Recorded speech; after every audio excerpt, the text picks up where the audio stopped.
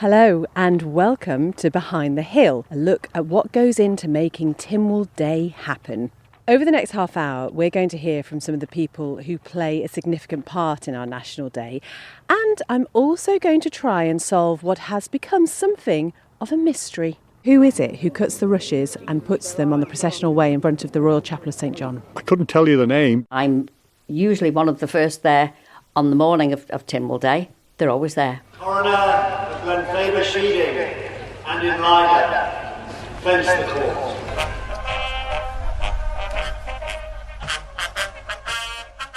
I'm currently walking along the path towards Tynwald Hill with the Royal Chapel of St John behind me, the very path that the great and the good of the Isle of Man process as they make their way towards the most significant part of Tynwald Day. First, let's hear from someone who has been part of Tynwald Day for the past 60 years. I'm Derek Crellin. I'm the organist at St John's Church. 1960, I came out of the army on end of April and started the second Sunday in May on the organ here. I was appointed organist when I was still in the army, and the vicar here didn't know me then, so he was taking a bit of a risk. Previous organist wanted to retire, and there was nobody else. There was various people filling in for them in the meantime. He'd heard about me in the army and wrote to me on 2 occasions trying to persuade me to come, and twice I said no thank you. But in the end he was a very persuasive gentleman. While I was in the army, of course I was the organist in the military hospital in Malta, and that's how he got to contact me, because I was already an organist. Only a very young organist, but nevertheless I'd had a bit of experience. When did you first start playing then? Presumably this was something you picked up in childhood? I went to piano lessons when I was about, 8, 9, 10, but that come to a tragic end when the teacher was killed on the road. So it laid quiet for a few years, and then when I went to St Ninian's school, the organist in St Ninian's church across the road was advertising the fact that he was taking organ lessons. So I must have expressed an interest somewhere, and before long I was going to St Ninian's church after St Ninian's school on a Thursday night for an hour, and I was doing that for I think about 3 or 4 years until I was almost ready to join the army. And I used to get teased a lot. In those days the boys on the Fairfield would be playing football of an evening, and suddenly I'd disappear into church to have a practice on a Wednesday night, usually, before I went to lessons on Thursday. What are the things, Derek, that really stand out for you? Some of the most poignant memories from that 60 years? Yeah. I think the first royal visit was the late Queen Mother. I think that was 1961 or thereabouts. Certainly the Queen and the Duke came in 1979.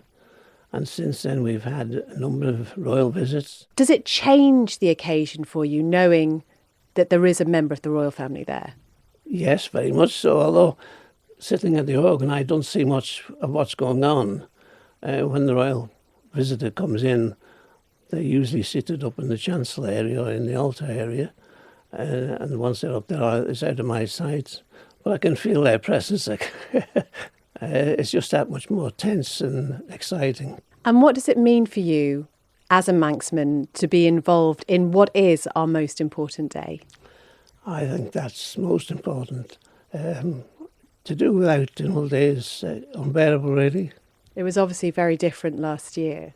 Well, yes, Jessie and I actually walked up to the service, such as it was. There was no church service, but the procession went to the hill, and we watched it with about 200 other people, and I think I was glad that it happened and it wasn't dropped out altogether. And you mentioned your wife Jessie there, who's also been very actively involved in Tynwald Day preparations over the years. Yes, up to this year she's been involved with the floral arrangements, but unfortunately she's not well enough now to do it. Well, we're sitting in your front room here in St John's, and I can't help noticing, Derek, there is an organ in the corner of the room, and I wonder whether you might play something for us. Well, I think that might be possible, yes. And there's a book on there. Is that your book of songs which you had for some time? It's the original book of Manx songs, which I've had since day one.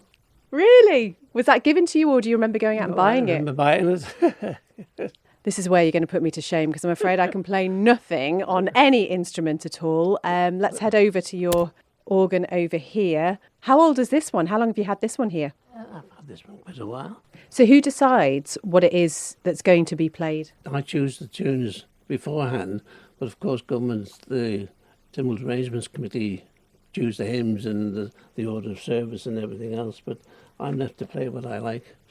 And how often do you need to practice now? From now on, it'll be 2 or 3 times a week. And do you go into the chapel to do that? Oh, yes. There's nothing like practicing on the real thing. Let's have a go with this.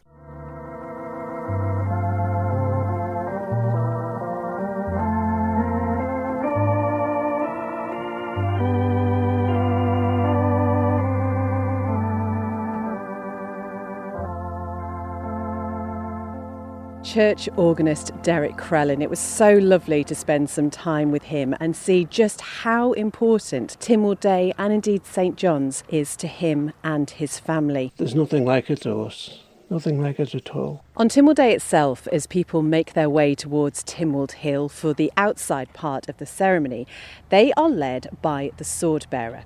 Bernadette Williams has been the holder of that role for a number of years, and this Tynwald Day was actually her last. This will be my 25th year carrying the sword. Previous to that, I was the parade marshal for the Royal British Legion Women's Section and the Legion, and prior to that, I was the standard bearer.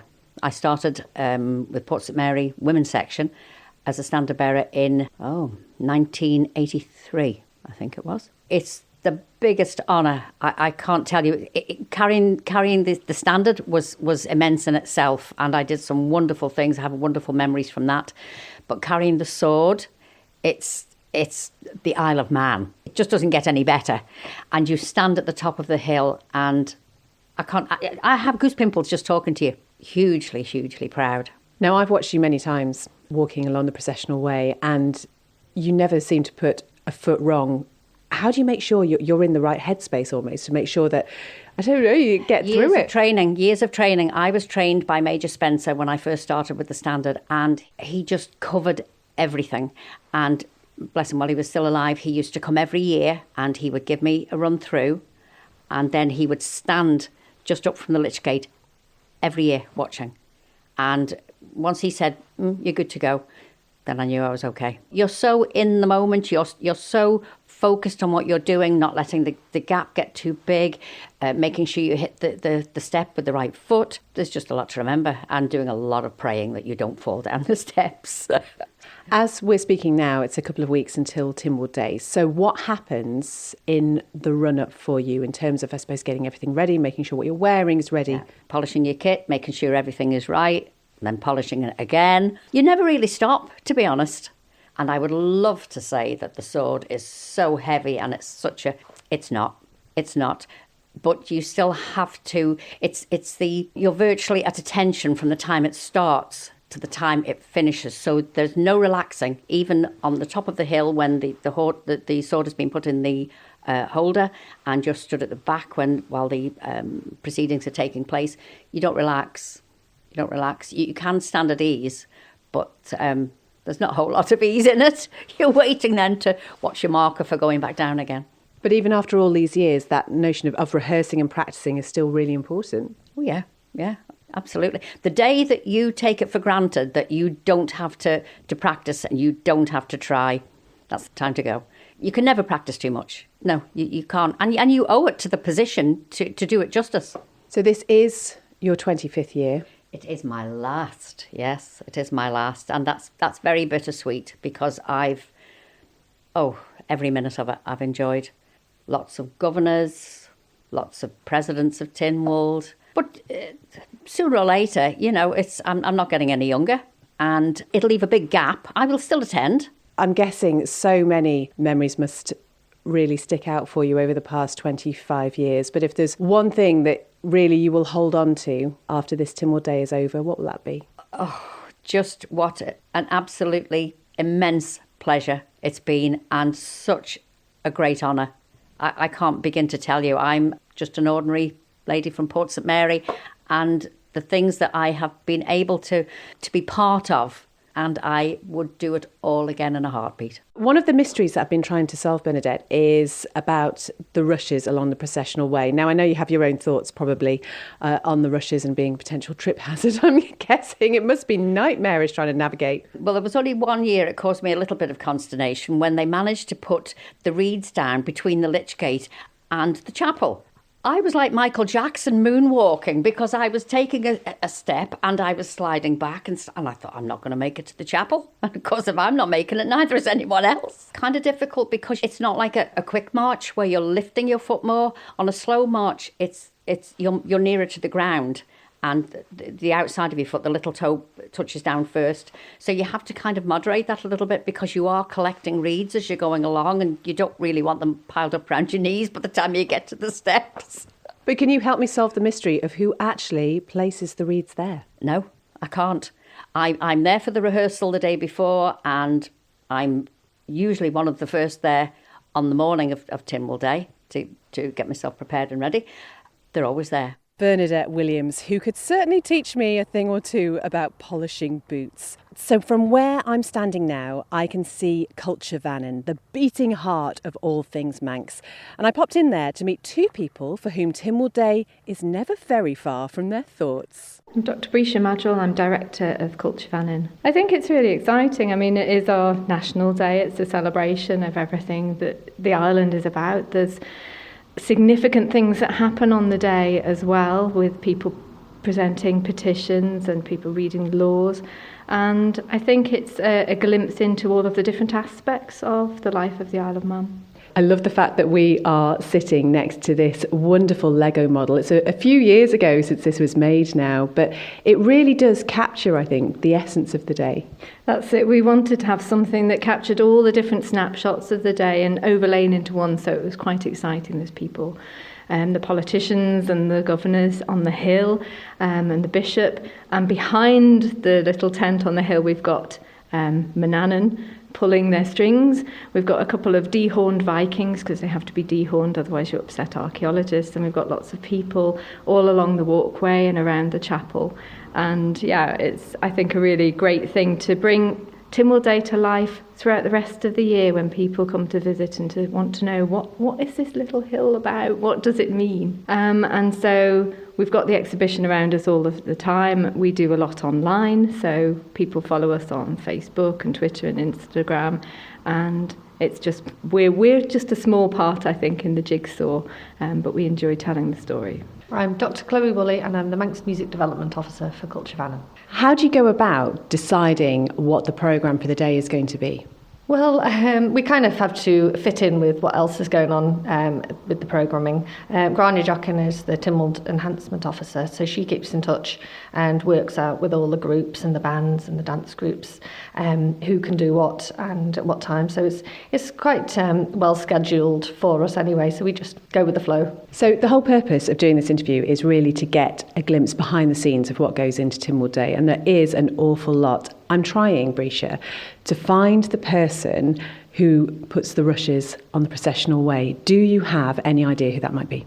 Not yet. Maybe it's one of life's secrets. Maybe you're not meant to find out. Dr. Brisha Madrell and Dr. Chloe Woolley. Now, they mentioned the enhancements coordinator, Grania Jockin, and her job sounded so intriguing that I went to meet her to find out more. So my job is all the fun stuff that happens on Tynwald Day. So all what they call enhancements, the dancing, the music, the entertainment, all the performers. My job is just to coordinate and liaise with everybody and programme a day full of all the fun stuff. We have 6 performance areas on Tynwald Day, and it's just about trying to find the right groups for the right place. And yeah, I guess in total there is probably a couple of 100 performers who are involved throughout the day, which is pretty amazing, really. And we're doing this interview actually just across the way from Tynwald Hill. And what I love in the weeks running up to the day is that you see a transformation every time you drive past it, don't you? There is so much involved and people have got such a connection with this day. They really do, and I was thinking about this coming in actually, and there's a real legacy obviously with Tynwald Day, but not just with the ceremony, the people who are involved, the performers, and when we have some teams who have been literally doing it for 20, 30 years. And I think they feel very connected to it. They have their own traditions on Tynwald Day. You know, they come and do their performance, they might have a picnic. And I love that it's really important to them, you know, and they can feel like a part of it. And when would planning for this actually start for you? So we usually have our first meeting in November of this year, which would be for next year. And then those meetings are kind of sporadically throughout, kind of getting more and more as we get closer to the day. But yeah, certainly those kind of bare bones, all that bare bones stuff does happen relatively early on, yeah, kind of November time. And given how different it was last year because of the pandemic, I'm guessing this year will be extra special. Absolutely. I mean, obviously it was completely unavoidable.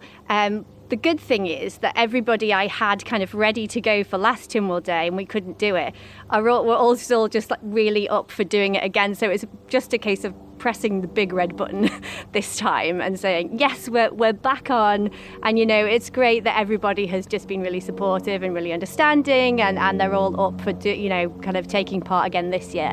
And on the day itself, what will you be doing? Flitting around, or have you got a specific thing that you're involved in? Actually, it's kind of all done by then. And I love Tynwald Day personally because it's not very stressful for me because all the legwork is done beforehand. So obviously there's a bit of checking in and making sure everyone's okay. But generally, it's just I can enjoy it just as much as anybody else can, which is great.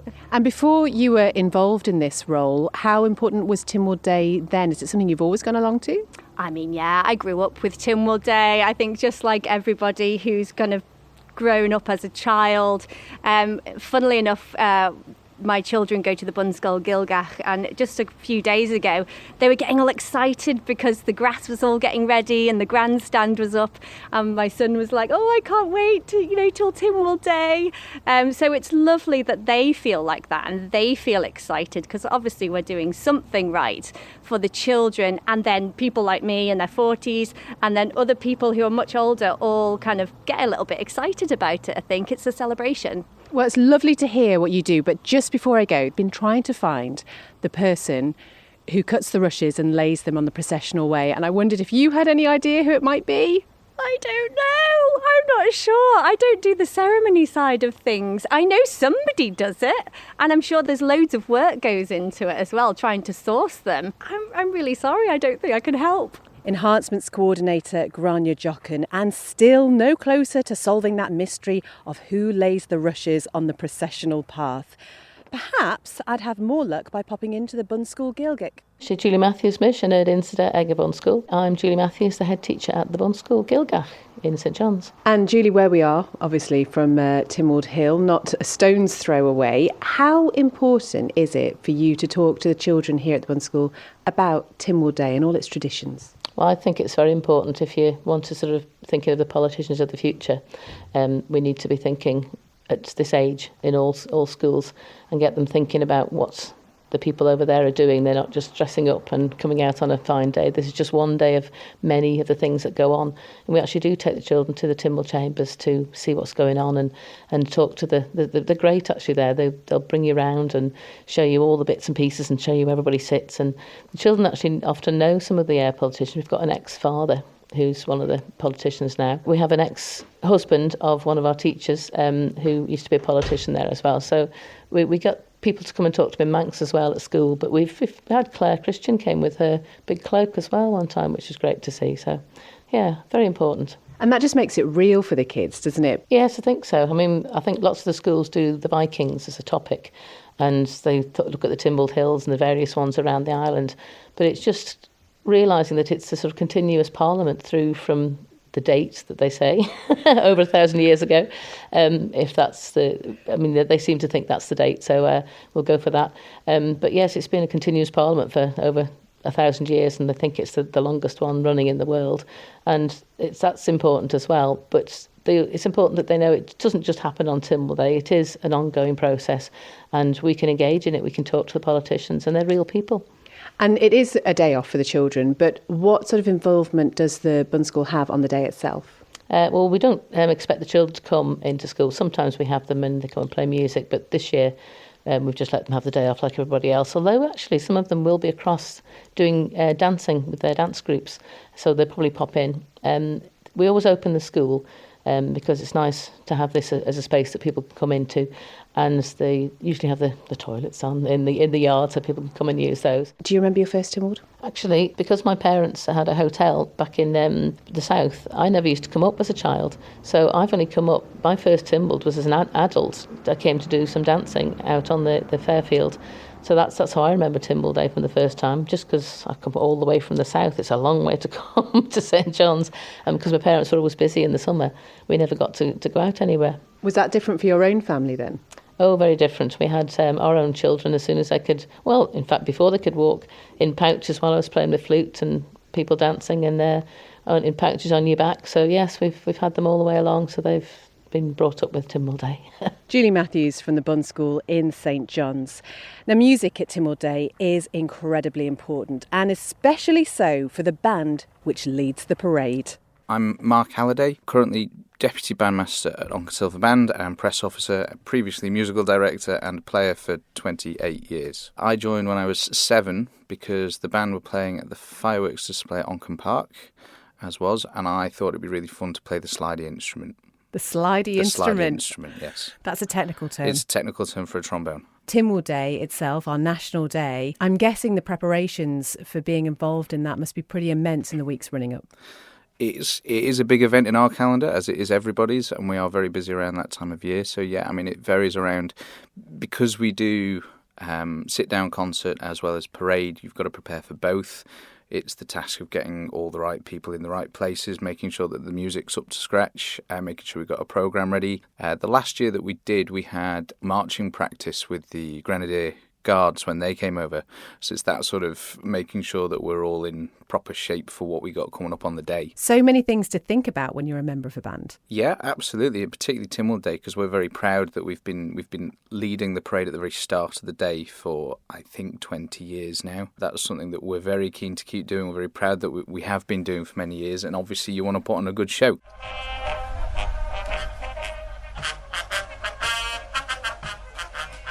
And many days that you've been rained on during the Tynwald Day ceremony? Usually we're all right, to be honest. We had a long stretch where it was sunny, and then I think we had a couple of drizzly years. But in terms of outdoor engagements, there's only really a couple that we go ahead with come what may. Tynwald Day is one of them. And when it comes to preparing things like the music, does that change year on year, or does it stick to a fairly well-prepared programme? So some of that will depend on who's playing in the band. Obviously, you know, if we need to get in help on the day, that might affect the complexity of what we choose to play. The marches that we actually march to, we have our favourites, so you might notice the same tunes coming back year on year. In terms of a concert programme, we try and keep things fresh, and obviously, you know, we've had, in that 20 years, we've had a few different musical directors who all have their own ideas. You might hear some favourites come back because people like to hear the same tunes, but generally we try and keep it fresh, bring in some new pieces each year. For you, from a personal point of view, how significant is it being part of Tynwald Day? It's very significant, you know, Manx through and through. We want to be part of this day. It wouldn't be Tynwald Day if I wasn't there. I hear people say that they've never been, and I can't understand that. We're usually there from first thing in the morning. Slightly different now that I have children, because that has to be factored in, but it used to be all day. First thing from the parade in the morning right through to the Cayley in the evening, we would generally be there for the whole day, and that's the first date in the calendar every year. And have you passed that love of music down to your children? Certainly trying. My eldest two are in the academy at Onchan, so they're starting to learn, so fingers crossed. So when it comes to being part of the Tynwald Day celebrations, do people get picked, or is it just you try and encourage as many people as possible to be part of it? We would encourage the band, the whole band. We want to try and be as inclusive as we can be. Obviously, so we've got the Isle of Man Brass Academy, which is the training section. Some of those coming through into the senior band. So sometimes it would depend on what stage they're at and they're learning what they can achieve in terms of playing out in public. But, you know, we're trying to feed some of those into the senior band and give them a chance to play in public now. So that sounds really inclusive, isn't it? Because you'd imagine, been such a great sort of state occasion, that you just want the best of the best. But it's lovely that everybody feels like they're included. Well, it's a Manx event. It's just Manx, and we wouldn't want to be excluding people that want to be part of it. So long as they're of a standard where they can come and sit and play with us, we would have them sitting and playing with us. And just before you go, Mark, I have to ask you, do you have any idea who lays the rushes on the processional way? No, I have no idea. But you're there quite early. You haven't seen anyone at all.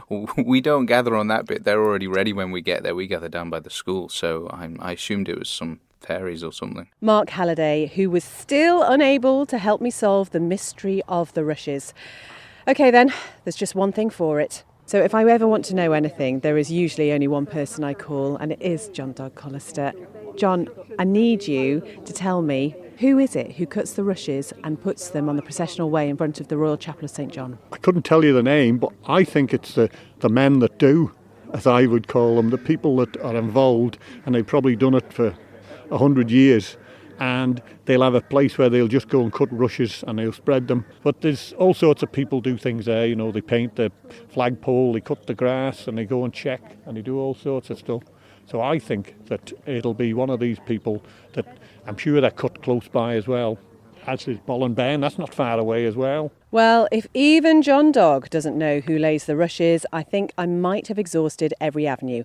Although I do still have one last stop at my sleeve. Hi, I'm Jo Corkish. I'm third clerk of Tynwald, and my role for Tynwald Day is to coordinate the whole day, obviously with lots of help from all sorts of different people. The event itself is run through the Tynwald Ceremony Arrangements Committee, who make all the important decisions about what's going to happen each year, and then we in the Clerk of Tynwald's office actually make all of that happen, along with support from all sorts of people outside different organisations.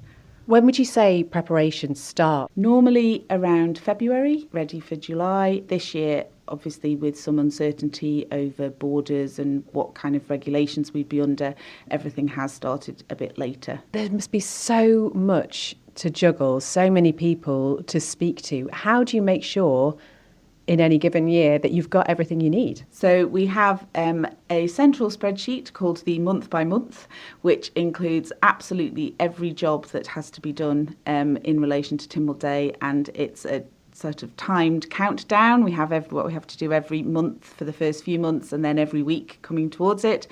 And then we actually switch to a day-by-day planner, which is our logistics planning, if you like, around which staff we need to have where to cover which parts of the day.